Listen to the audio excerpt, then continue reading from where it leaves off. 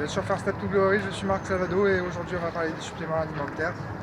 La première chose à savoir, c'est que le plus gros du travail, c'est bien entendu l'entraînement.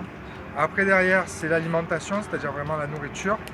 Et les suppléments, ça comprend 2%. Alors 2%, pour vous donner un exemple, le fait de mettre les chaussures adaptées pour la musculation, c'est-à-dire pour le lift, les chaussures de lift, c'est 2%. Le psychologique, c'est 2%. Voilà, donc c'est vraiment infime. Voilà, donc on va commencer par ce qui est le plus pris, les protéines. Alors il faut savoir que la protéine whey ne sert pas à grand chose si vous mangez régulièrement. En fait, la protéine ne se stocke pas dans le corps. Donc si vous faites des repas réguliers, en fait, vous n'en avez pas foncièrement besoin. Donc si vous faites des repas tous les 2 heures, en fait, la protéine reste dans le corps à peu près 2 heures.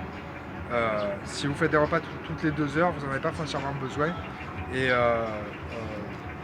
généralement, c'est utilisé vraiment en complément, c'est-à-dire que pour des gens qui peuvent pas ou qui n'ont pas faim, et du coup ils prennent une protéine, par exemple juste après le sport, parce que c'est vrai que c'est pas le moment où on a envie de faire la bouffe, par exemple, ou un truc comme ça. C'est plus dans ce sens-là. Voilà, donc ce qu'il faut savoir déjà, c'est que ça ne se stocke pas dans le corps, et le trop-plein est évacué par les selles.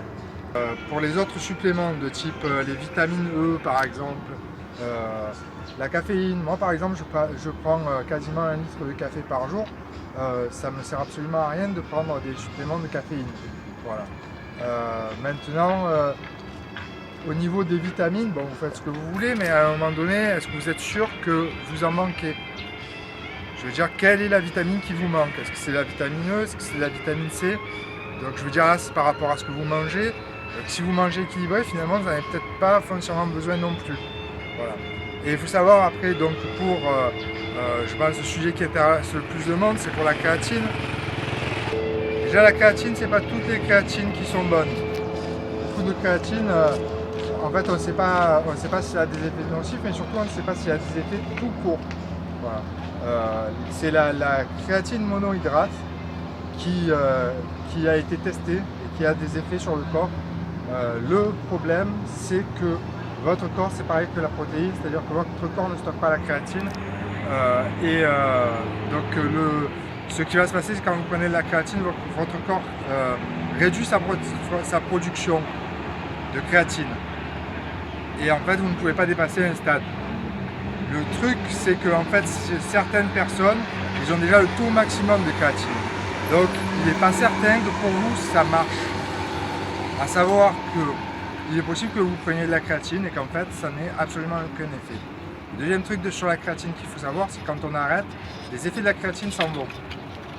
C'est-à-dire que le muscle gonflé, etc., tout ça, ça s'en va avec le fait que vous ne preniez plus de créatine. Et en plus, votre corps va mettre un petit laps de temps à reproduire de la créatine par lui-même. Voilà, j'espère que ça vous aidera. C'était au sujet des suppléments. À la prochaine fois.